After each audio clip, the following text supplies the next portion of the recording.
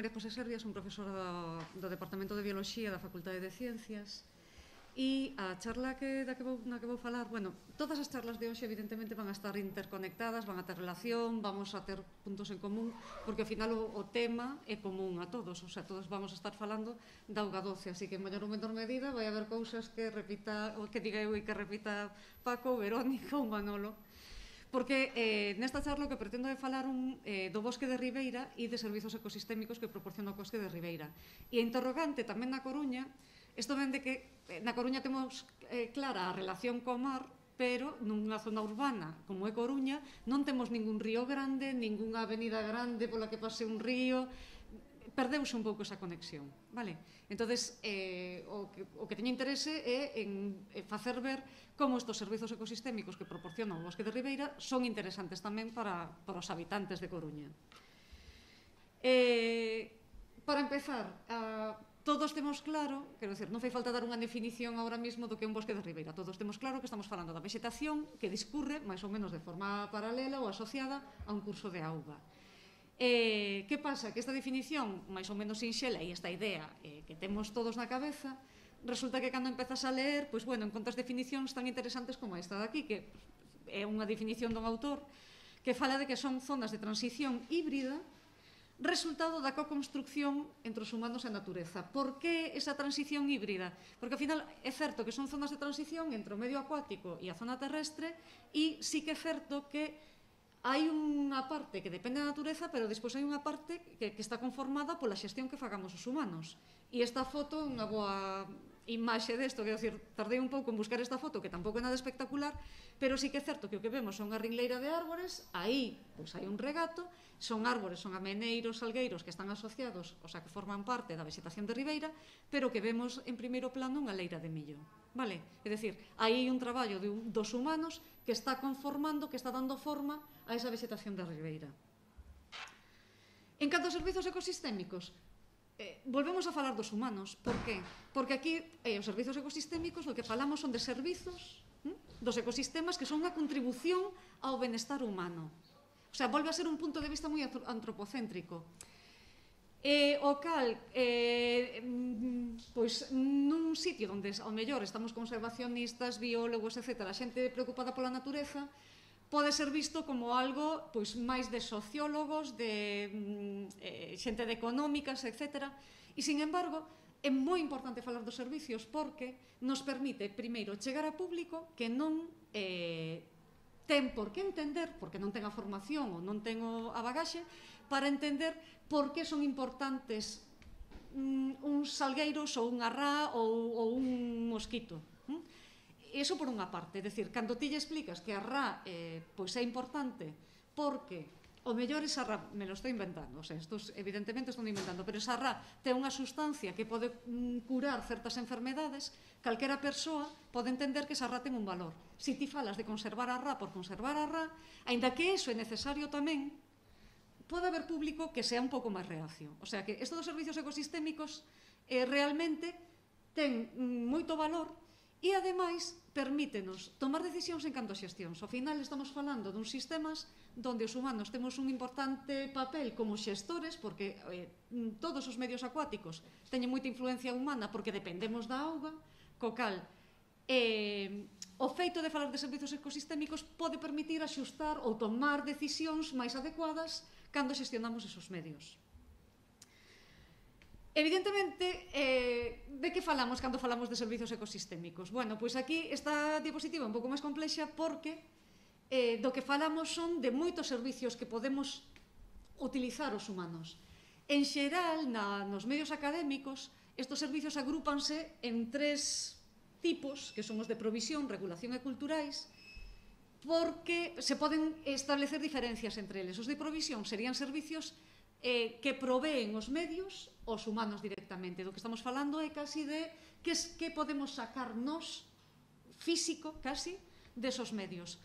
Madeira, frutos, neste caso, bueno, cando falamos de medios acuáticos en xeral, a pesca, vale? O sea, a pesca, actividades extractivas, bueno, pois eso, ao mellor aquí en Coruña non ten moita importancia, pero hai países nos que ao mellor estas actividades extractivas sí hai moita poboación que depende delas. Podemos falar, evidentemente, da calidade da auga. Ao final, isto sí que o temos claro. É dicir, a auga, nos dependemos dela, a calidade do que bebemos depende da calidade do que este no medio. Ainda que despois teñamos procesos para mellorala, depurala, eliminar certas sustancias, pero canto mellor teñamos a fonte, o elemento en orixe, máis fácil será ter un produto de calidade despois.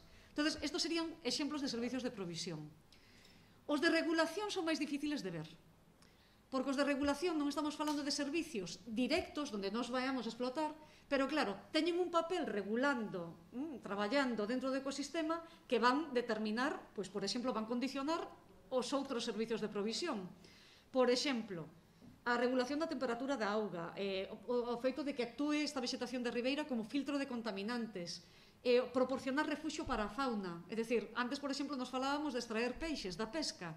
Se non hai refuxio, se non hai raíces, se non hai elementos que permitan vivir aí eses peixes, non podemos extraer, digamos, obter ese beneficio directo. Co cal, hai moitos servicios de provisión e moi interesantes. O secuestro de carbono, por exemplo, os bosques de ribeira sábense que son das formacións vexetais que secuestran máis carbono. Co cal, si teñen un papel moi interesante. A regulación de caudal, isto si o vemos máis fácil. É dicir, o feito de non ter avenidas, o mellor, no medio dunha cidade, pois depende o mellor tamén do estado da conservación do bosque. Co cal, estos, bueno, algúns son máis evidentes, outros son mellor un pouco menos, pero tamén se entenden. O que sí é completamente antropocéntrico é o dos servicios culturais, porque aquí sí estamos falando de servizos que proporcionan os medios acuáticos, ou neste caso o bosque de ribeira, aos humanos. As actividades de lecer, o valor estético e paisaxístico, etc. Esos sí son servizos que teñen que ver, pois eso, ca cultura humana. E onde están esos servizos? Que servizos proporciona o bosque de ribeira aos habitantes de Coruña? Se nos centramos nunha cidade como a Coruña, que non ten ningún río grande, que dentro da cidade tiene un beso río, que servizos proporciona? Bueno, pois Coruña realmente ten moi soterrado o río que é plenamente de Coruña, donde a conca está no territorio de Coruña, que é o río Monelos. O río Monelos, que coñecedes probablemente, sabedes que ten unha parte que está descuberta, que son estas partes que están en azul, e despois hai unha gran parte que está soterrada. Está soterrada e, ademais, esa parte soterrada incluso ten problemas adicionais. De feito, hai un documental que supoño coñecedes, que é o de Esquece Monelos, porque hai un traballo que se está desenvolvendo na Escola de Camiños do Laboratorio de Cartolab, na Escola de Camiños da Universidade da Coruña, que teñen un proxecto precisamente para recuperar este río. Que se pode recuperar ahora mismo? Pois claro, moi pouca parte, moi pouca superficie, porque o problema é que hai planeamento urbano, hai infraestructuras tan importantes e tan grandes que ahora mismo non se vai desfacer Coruña para recuperar ese río. Pero bueno, hai certas partes que ainda sí se poden recuperar. Dos servizos que proporciona a vegetación de ribeira, que é sobre o que vai a miña charla, que se podería manter ahora mismo? Claramente o valor estético e paisaxístico. Esos elementos como refuxio de fauna, home, aquí puxen unha especie, non puxen unha X, puxen un menos aí, porque evidentemente da situación orixinal a que temos agora, perdeuse moitísimo.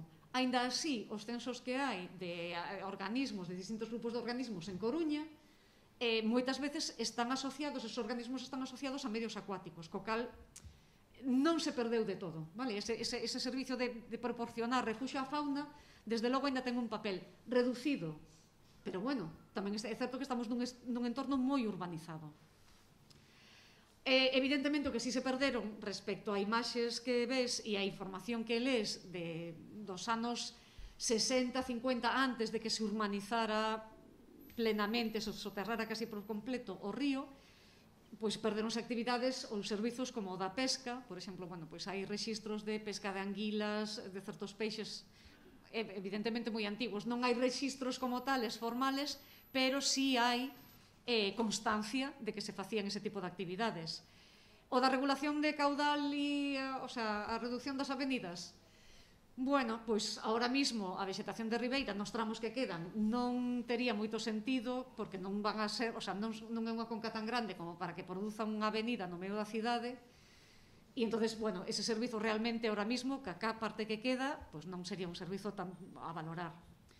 En canto á calidade da auga, pois tampouco, realmente, porque a parte que queda non é suficiente como para ter un papel importante na calidade final da auga, e máis, o feito de estar soterrado, o planeamento urbanístico e o feito de que este soterrado e como está diseñado, porque ao final a parte que está soterrada está integrada dentro da rede de saneamento de Coruña, o que fai que reciba vertidos fecais, é dicir, contribucións que, o sea, empeora o seu estado, non o melloran, vale? Entonces, evidentemente non estamos falando, ese servizo perdeuse completamente no río Monelos.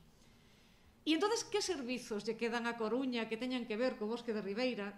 Bueno, pues antes falamos de servizos que teñen que ver ca filtración de contaminantes, con, bueno, provisión de recursos, etcétera. Evidentemente, algo ten que haber en Coruña, o sea, os habitantes de Coruña, en certa maneira, dependen de certos servizos ecosistémicos que de algún sitio teñen que salir, porque en Coruña bebese auga. E se se bebe auga, esa auga ven de algún sitio. Entonces, de onde ven auga de Coruña? Bueno, pois aquí este é o motivo de que teño incluído outro río que non é, a conca non está dentro do núcleo urbano de Coruña, de feito está dentro nos concellos de Carral e Abegondo, que é o río Barcés. O río Barcés é un río que si está moito mellor conservado, aínda que, perdón, aparecen aquí as datas, sí. Aínda que, evidentemente, sufriu unha transformación, estas son imaxes aéreas, vese claramente nos anos 50-60 como a vegetación de Ribeira estaba moi reducida, pero había moitos cultivos, e agora parece que a vegetación se recuperou. E é certo que hai certas zonas nas que o mellor si se recuperou, pero despois veremos que non todo, o sea, dunha imaxe aérea tampouco podemos sacar absolutamente toda a información, simplemente eso, vendo como manchas de verde, pero despois veremos que non todo o que está aí o mellor é o máis adecuado. Aínda así, por que falo do río Bancés? Porque é un dos ríos que verte, o sea, que proporciona auga en Coro de Cecebre, que é de onde se toma auga que beben os habitantes da Coruña. É dicir, a vegetación do Barcés, a boa conservación do río Barcés vai a ter un retorno a habitantes que non son de Abegondo, Carral directamente, sino que son da Coruña. Neste caso, claro, xa estamos falando dun sistema donde, evidentemente, pois hai unha vegetación, é un río moito mellor conservado, con impactos, sí, pero ainda así agora hai servizos ecosistémicos dos que sí podemos falar. Este é un traballo relativamente recente, do 2020, donde un grupo moi grande de investigadores fixeron unha revisión dos servizos ecosistémicos que proporciona a vegetación de Ribeira. E ordenáronos, o sea, fan unha análise e despois explican por que as ordenan de máis importantes a menos importantes. Entonces, interésame sobre todo falar dos máis importantes e interésame falar, pois, marquei un pouco os que están en vermello porque son evidentes. Non me interesa ahora desgranar aquí toda unha táboa, e ademais que deixei en inglés para que se vise que é deses autores. E ademais, non sei se vos fixades, pero hai como 4 columnas aí, estas 4, porque aquí isto é o rango de importancia, de máis importante a menos importante, pero estas 4 fan referencia a distintos grupos de vegetación, si son árbores, si son ervas, si son vegetación de humedais, é dicir, incluso os autores desgranan por tipo de vegetación. Non me interesa tanto entrar no detalle en sí, como nesa graduación de máis importante a menos importante. Que servicios están arriba de todo? Pois está, por exemplo, a provisión de hábitats. É, desde logo, un dos máis importantes. Ao final, os bosques de Ribeira son bosques onde hai unha enorme diversidade, o sea, para digamos, a relación entre, a proporción entre diversidade que ofrecen e extensión é moi boa. É dicir, son zonas ao mellor de pouca extensión, pero con moita diversidade. Por que? Porque proporcionan hábitats moi diversos e estamos nunha zona de transición, que decíamos antes, entre o medio acuático e terrestre. Esa diversidade de medios e de condicións favorecen que haxa pois moita diversidade de organismos. O segundo tamén me interesa moito, que é o de filtrado e almacenamento de partículas. E isto si ten que ver ao mellor ca calidade da auga que beben os habitantes en Coruña. Por que? Porque a ninguén lle gusta beber auga que non está transparente, que ten sólidos e demais. Se non hai unha boa de vegetación de Ribeira, é moito máis fácil que cheguen os sólidos ao medio. Evidentemente, estamos falando do río Barcés. Despois do río Barcés ainda teñen que chegar ao Encoro. No Coro é probable que sedimenten, pero Si temos unhas grandes avenidas, moita época de chuvias, moi mala vegetación de ribeira e se desfán moito as beiras, entonces temos un problema, porque é probable que non sedimente todo e que a calidade da auga, os sólidos en suspensión que entran no sistema de depuración, pois o mellor o sistema de depuración non de abasto, teñan problemas co filtrado, etc. Aí aparece como o de fixación do almacenaxe. Isto non interésame menos, interésame máis o do control de erosión, porque no control de erosión volvemos a falar do mismo e está relacionado co filtrado de partículas. O que fai ao final o Bosque de Ribeira é constituir en sí mesmo un sistema que funciona como un filtro de area dun acuario, como un filtro de carbón dun acuario. É dicir, filtra partículas, mantenas ese filtro de carbón que temos dun acuario, ten un recipiente, pois a vegetación de ribeira é o que mantén a estructura dese sistema de filtrado.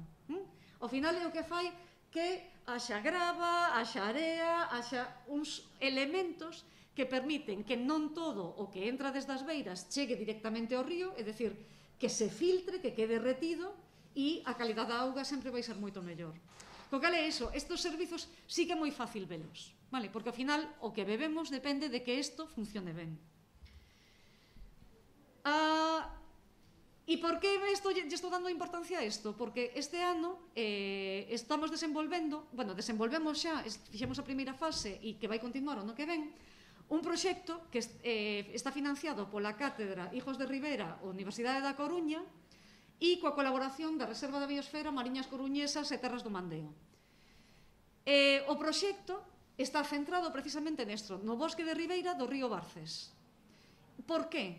Porque evidentemente o río Barcés ten unha grande importancia para os habitantes da contorna, pero despois para toda esta zona urbana da Coruña. É dicir, o río Barcés ao final todos os medios evidentemente teñen un impacto moito máis aló dos habitantes inmediatos, pero neste caso evidentemente é a fonte de provisión dun elemento fundamental como a auga para un alto número de habitantes dunha zona.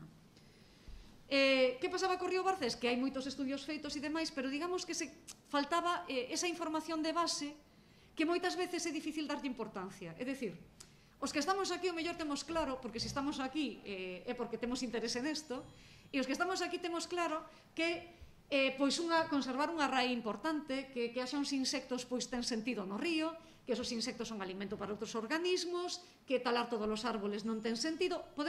Todas estas afirmacións, probablemente todos os que estamos aquí as vexamos claras, pero o problema é que lles temos que deixar claras os que non están aquí. É dicir, hai que darlle valor a ese tipo de traballos fora destos ambientes. Entonces, que estamos facendo no río Barcés? Facer unha evaluación de como está o Barcés, de como está o Bosque de Ribeira, de como está a contorna, e o que estamos facendo unha cartografía en detalle da vegetación, dos impactos, etc. Para que? Para precisamente facer unha boa xestión. Decíamos antes que se sabemos valorar este tipo de traballos é precisamente si temos en conta que desas actuacións vai haber un retorno en forma de servicios. Entón, estamos facendo ese estudio de base do río Barcés. Neste ano, que fixemos? Empezar esta parte con un estudio florístico, está iniciado, hai no que completar, non se fai nun ano solo, vale? Estamos empezando, fixemos por primeira vez unha cartografía ambiental con identificación de impactos, co cal o que estamos valorando agora é cales son esos riscos, cales son eses impactos, e empezando a diseñar, isto non o imos facer, non vamos a facer a xestión, aquí hai organismos que se terán que encargar desto, pero sí que estamos empezando a ver si podemos diseñar protocolos, recomendacións, etc., de actuacións que sean viables, que teñan sentido, que teñan urxencia ou non, etc. Entón, o que quero representar aquí, estas últimas diapositivas son simplemente para mostrar un pouquiño algunhas imaxes do traballo que estamos facendo. Este é un exemplo da cartografía que estamos a producir, é dicir, coñecer ben o río, recorrelo ben, identificar vegetación, onde está, impactos, onde están exactamente, a dimensión desos impactos, cuantificar, etc. Así, algúns resultados moi breves. Os resultados da cartografía ambiental con este primeiro estudio piloto, que foi feito uns poucos meses deste ano, O que nos indica é que, bueno, pois que sí, que hai zonas que están ben conservadas, que hai bosques de caducifolios autóctonos, pero desde logo esos bosques non son a maioría, é dicir, o 36% aproximadamente da superficie, porque todo o demais está ocupado ben por infraestructuras, por prados e comunidades herbáceas, por repoboacións forestais, que eran algunhas das masas que se vían verdes no ano 2017, é dicir, aí non é realmente vegetación de ribeiro original, o que temos son repoboacións. Na parte baixa, esa mesa que se vía son sobre todo de chopos. Na parte alta sí que hai moita influencia do eucalipto, na parte de baixa son sobre todo chopos.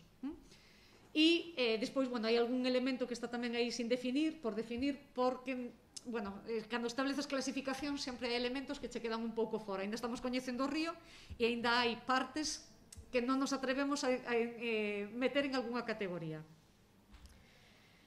Estas son simplemente imaxes do río. Esta é unha selección. Evidentemente, na parte alta hai certas zonas que teñen masas de caducifolias interesantes, pero hai moita influencia das repoboacións de eucalipto. E máis, sabemos, porque o vimos, que o substrato vese moi influenciado por esas repoboacións, porque vemos que o substrato ten moita cantidade de area, porque se plantan os eucaliptos hasta a beira do río e cando se fan cortas e plantacións hai un momento no que ese terreo queda moi desprotegido e hai moitos arrastres de terra, o sea, de sedimento de grava ao río.